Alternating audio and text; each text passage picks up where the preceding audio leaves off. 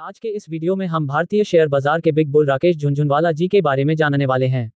राकेश झुनझुनवाला एक भारतीय अरबपति, business magnet, chartered accountant, stock trader और निवेशक थे। इनका जन्म 5 जुलाई 1960 में हुआ। उन्होंने 1985 में 5,000 रुपए की पूंजी के साथ निवेश करना शुरू किया और उनकी मृत्यु के समय उनकी कुल संपत्ति $5 और 80 सेंट बिलियन थी, जिससे वे दुनिया के 438वें सबसे अमीर व्यक्ति बन गए। वह अपनी खुद की asset management firm Rare Enterprises में भागीदार थे। एक सक्रिय निवेशक होने के अलावा उन्होंने कई कंपनियों के अध्यक्ष और निदेशक के रूप में कार्य किया। वह अकासा एयर के संस्थापक भी थे।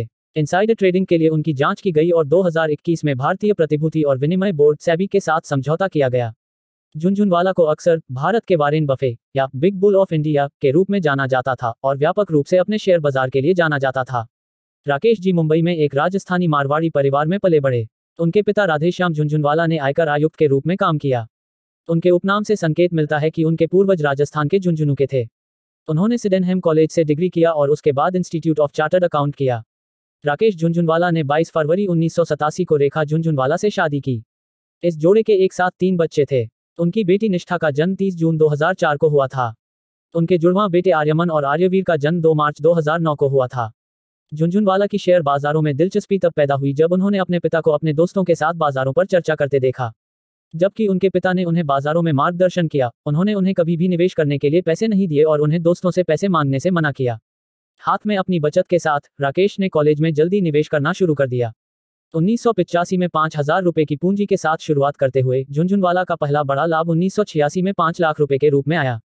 1986 और 1989 के बीच उन्होंने लगभग 20 रुपए -25 लाख का लाभ कमाया। 2022 तक उनका निवेश बढ़कर 11,000 करोड़ रुपए हो गया था। 2021 तक उनका सबसे बड़ा निवेश टाइटन कंपनी में था, जिसकी कीमत 7,294.8 करोड़ रुपए है। उन्होंने अपनी संपत्ति प्रबंधन फर्म रेयर एंटरप्राइजेज में एक भागीदार के रूप में अपने स्वयं के पोर्टफोलियो का प्रबंधन किया।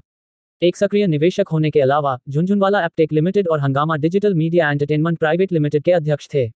लिमिटेड और Prime Focus Limited, Geojit Financial Services, Bilcare Limited, Praj Industries Limited, Provogue India Limited, Concord Biotech Limited, Innovassynth Technologies Limited, Mid Day Multimedia Limited, Nagarjuna Construction Company Limited के निदेशक मंडल में बैठे। 2013 में झुनझुनवाला ने स्टैंडर्ड चार्टर्ड बैंक से मालाबार हिल में रिजवे अपार्टमेंट की 12 इकाइयों में से 6 को 176 करोड़ रुपए में खरीदा था। बाद में 2017 में उन्होंने HSBC से 195 करोड़ रुपए में इमारत के अन्य 6 अपार्टमेंट खरीदे। 2021 में उन्होंने पुराने भवन के विध्वंस के बाद अपने नए 70,000 वर्ग फुट 13 मंजिला घर का निर्माण शुरू किया। जुलाई 2021 में उन्होंने भारत में कम लागत वाली एयरलाइन अकासा एयर में निवेश किया। एयरलाइन में 40% हिस्सेदारी के लिए $400 मिलियन का निवेश किया। सितंबर 2022 तक नई एयरलाइन के पास 65 और विमानों के लिए अतिरिक्त ऑर्डर के साथ 7 विमान हैं और 6 शहरों के लिए उड़ान भरते हैं।